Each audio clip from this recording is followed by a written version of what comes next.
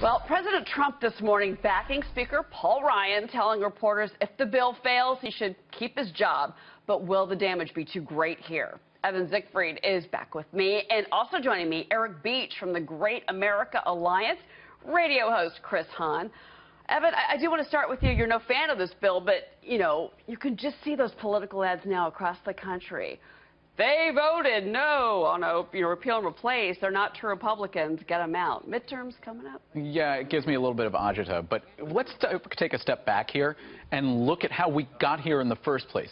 It was because Democrats rammed a really bad bill down our throats that is now broken, where you're seeing premiums increasing by triple digits. We need action. And I think my friend Chris is one of the people who Democrats should listen to. Well, then I'm going to have to go to Eric, because I'm not so sure. I mean, it's really bad. I don't think that that's a true fair characterization of this legislation. Not perfect, but, you know, it's even in Obamacare Light, that could make Eric, a moderate, happy. If you called it Obamacare Light, the moderate would say, all right, that's at least enough for now. Then you go and you fix it later. I sound like I'm in 2010, Eric, but that's kind of the language we're hearing lately.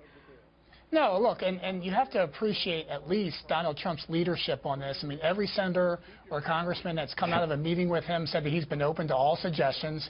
There's been plenty of capitulations on trying to make this bill better. And in regards to Paul Ryan, look, at least he's trying to fix a broken policy that's been going on for 7 years. And it's been a step in the right direction. If they can't get it right this time, you know, Donald Trump has proven that he can bring everybody together. We can focus on tax reform. We can still focus on fully repealing this bill and move forward. You know, Chris, you had, I mean, obviously the blame game is where we started here, and if this does fail today, the blame game is going to be pretty intense. There was actually a Bloomberg piece written earlier today that White House staff are already looking to take down Paul Ryan if this didn't. You know, the president says he's behind him, but you know, maybe in the back rooms of the White House are saying not so fast. Paul Ryan is going to have to be the fall guy. What do you think? I think there's going to be a circular firing squad here, Cheryl, if this goes down today.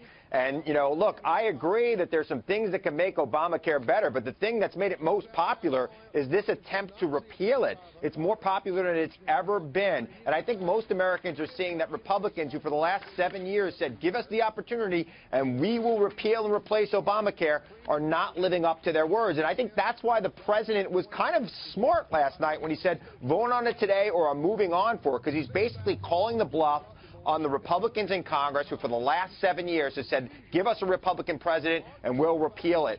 He's given them an opportunity to do it. They're not going to do it, but a lot of damage on both sides, both the president and in the House of Representatives with Speaker Ryan. You know, a lot of blame to go around, Chris, here. They're going to be blaming each other. I got to tell you, I got some of the latest Quinnipiac polling right in front of me, and you might be onto something there. If you look at the question here, if your congressperson votes to repeal, you know, if it votes yes, likelihood of your support less likely 46%. So people are saying not so fast. And then if you also move on and look at this, do you approve of the GOP health care plan? 56% say no. 56%, Evan. Right. Yeah. So that's actually these numbers from Quinnipiac. It's really bad.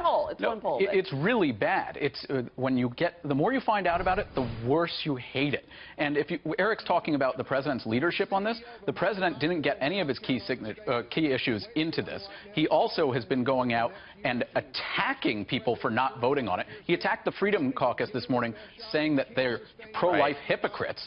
That's not how you win over votes. The most politically expedient thing he can do the president is also going out and talking for the Democrats. Eric, please let me finish. With Obamacare? Eric, let me finish. What is also happening, and I'm hearing it on Wall Street, this should have been an easy layup of a bill to pass if they had given a good bill. Now Wall Street is panicking because they think that it's so dysfunctional in Congress and with the White House that they can't even work together to put together a simple bill, that that tax reform's not going to happen. Eric, I want you to respond, but I don't know that Wall Street panicking is. I was going to say that's not really, I don't agree with that phrase, but Eric, go ahead. What are your positions? To keep with Obamacare? I mean, they're being panicked. If you want to stick with Obamacare, I mean, one group you didn't mention were the Democrats. What is their position? Do they want to stay with Obamacare, these failing policies of the last 7 years where premiums skyrocketed? You know, look, Donald Trump could have taken the most politically expedient path and just continued with Obamacare and let it continue to fail. He's got a reform agenda out there that includes tax reform. He's already creating jobs. He's handling this the right way, the way a CEO would, bringing all the ideas to the table.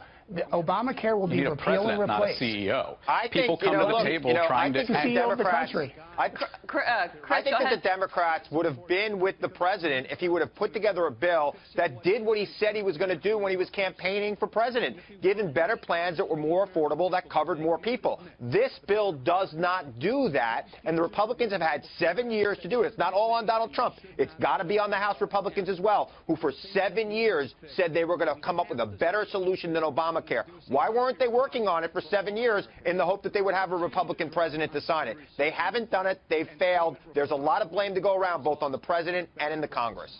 Evan, Eric, Chris, thank you very much.